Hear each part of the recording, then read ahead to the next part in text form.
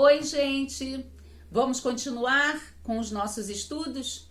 Então vamos agora para o capítulo 1, que se chama Nas Zonas Inferiores. Voltando a dizer, vamos fazer assim primeiro nos situar com relação ao capítulo. Esse capítulo vai fazer uma reflexão, né? O André vai fazer uma reflexão sobre o seu estado e a vida que ele está levando antes do desencarne. A vida, aliás, que ele levou antes do desencarne. Então ele vai narrar os primeiros anos dele nas zonas inferiores do plano espiritual. Até aí o André não sabe, está perdido de tempo, né? Então ele não sabe há quanto tempo ele está naquelas zonas inferiores. Ele perde a noção do tempo, do espaço, mas está certo de ter morrido. Ele tem consciência disso. E sente-se joguete, quer dizer, né?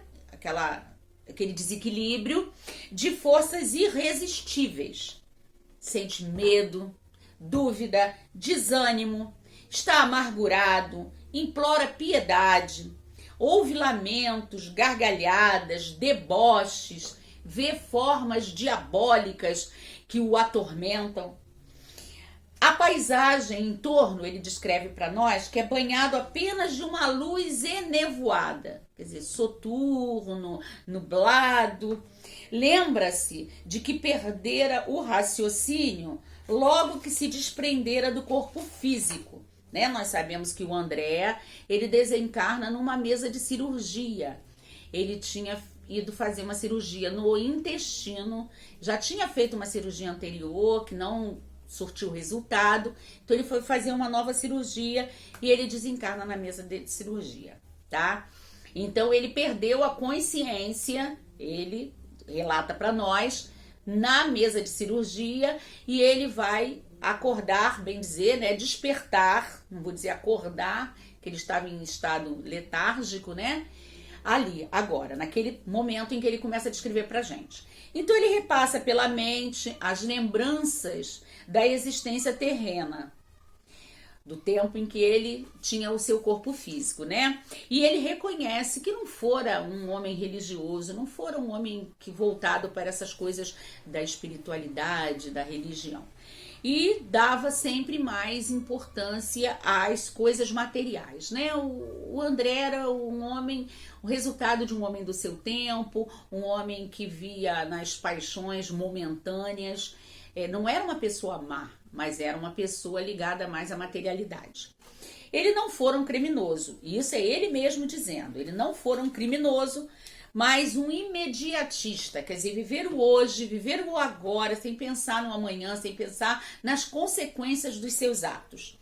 Que valorizou os títulos universitários e os vícios da mocidade, né? A gente sabe que o André tinha uma situação abastada, ele fez a faculdade, tudo, nunca teve problemas, graves problemas financeiros.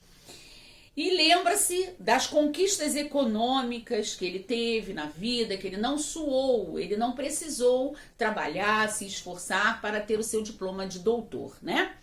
Os pais generosos que ele teve, que puderam financiar, as facilidades que ele teve na vida, principalmente para concluir os seus estudos.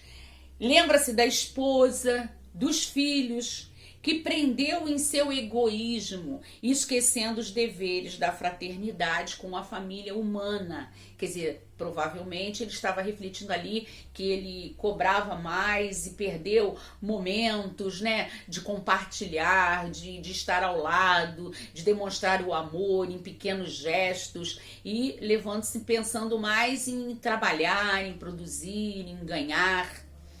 E percebe que perdera tempo gozando a vida sem nada lhe retribuir, né? Sem dar um retorno, só vivendo o dia a dia. E descobre não ter se preparado para a vida espiritual. Aí a gente para pensar, né? E nós? Será que nós estamos nos preparando para a vida espiritual? Principalmente agora com essa situação em que nós estamos passando, né? Por mais que a gente se prepare, a gente se surpreende, né, com muitas coisas.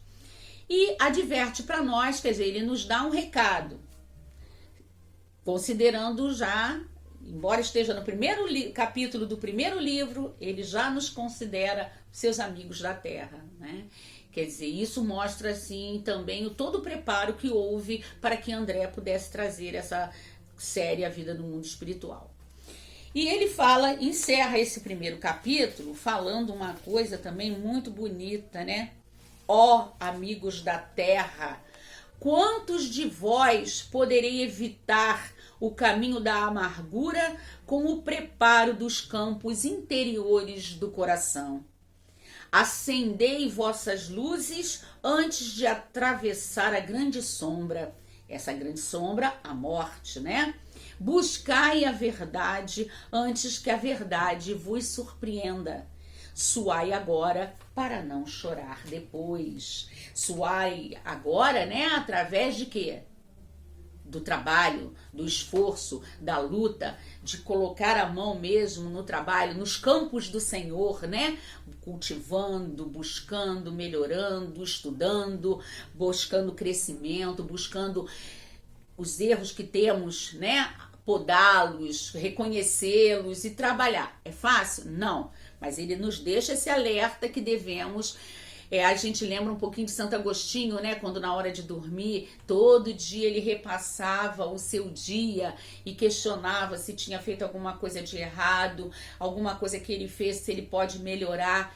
Então, claro que a gente não quer se comparar a Santo Agostinho, mas que a gente esteja sempre atento ao nosso proceder, porque só atento ao nosso proceder é que nós vamos poder detectar aonde a gente ainda está se equivocando e consertá-los.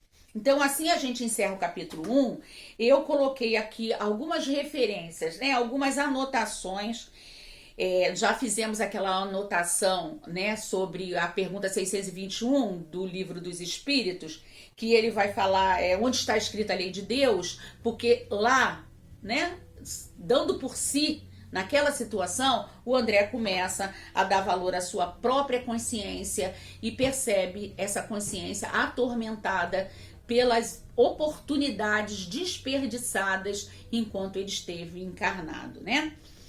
E a gente vai ver bem aí também a importância da fé como manifestação divina do homem, porque o próprio André, né, ele fala por que ele não era um homem religioso, ele não foi ligado a essas coisas do espírito, da espiritualidade, mas ali, naquele momento, ele sente o quanto ele desperdiçou de oportunidades de tentar desenvolver em si mesmo essa fé, essa esperança, certo?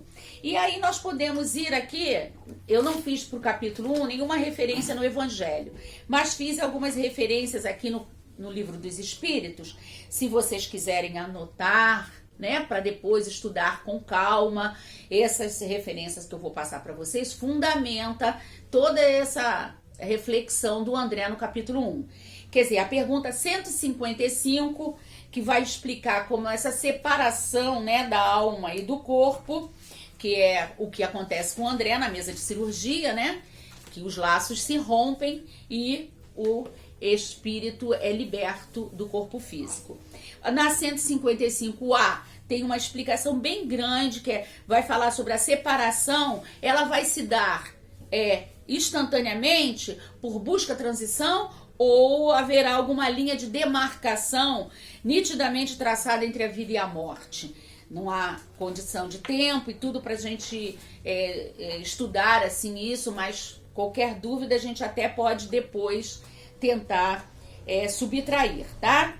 A pergunta 159, voltando ao que eu ia falar na pergunta 155, eu fiquei pensando aqui, a gente tem que entender que cada morte é uma morte, né? Nenhuma morte é igual, porque ninguém viveu igual, cada vida é uma, cada um de nós traz uma bagagem individualizada com experiências de outras vidas, equívocos e acertos de outras vidas. E quando chegamos aqui, temos a nossa linha traçada, mas cada um de nós vai desempenhar, vai trilhar este caminho de forma diferente. Então, cada morte vai ser uma morte. Então, os estudos que a gente faz, quase sempre, é de linhas gerais, né? Na média, o que aconteceria? Mas a gente tem que saber que cada caso é um caso e existem particularidades, tá? Então, é bom a gente esclarecer isso. Temos a pergunta 159, que vai falar sobre a sensação que experimenta a alma no momento em que se reconhece no mundo dos espíritos, né? Como o André só se reconheceu naquele momento ali que nós estamos acompanhando com ele no capítulo 1.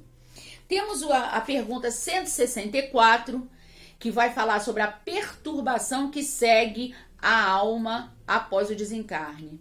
Se é do mesmo grau e da mesma duração para todos os espíritos. Acabamos de dizer que não, né? Que vai depender cada um da elevação de cada um, daquilo que amealhou de crédito, de trabalho no bem, de vibração de amor em cada um de nós, tá? Temos a 165. O conhecimento do espiritismo exerce alguma influência sobre a duração real ou não, a duração mais longa ou menos longa da perturbação após a morte? A gente não pode querer ser melhor que ninguém. Não é porque a gente estuda a doutrina dos espíritos que a gente está isenta de determinadas efeitos na nossa vida, certo? Do plantio. Isso não afeta o nosso plantio, mas nem a nossa colheita. Mas vai haver uma influência grande sim, porque a gente conhece, não somos ignorantes do mundo espiritual, né? Nós estudamos e temos conhecimento dele, então temos que estar um pouco mais preparados, certo? Temos a pergunta 240, que vai falar sobre o tempo. Os espíritos percebem o tempo da mesma forma que nós, né? Sabemos que não. Vamos lá olhar com mais atenção a explicação que é dada pelos espíritos aqui a Kardec. A 249, os espíritos percebem os sonhos, né? Vamos ver aí. Sim, né? Eles vão perceber sim.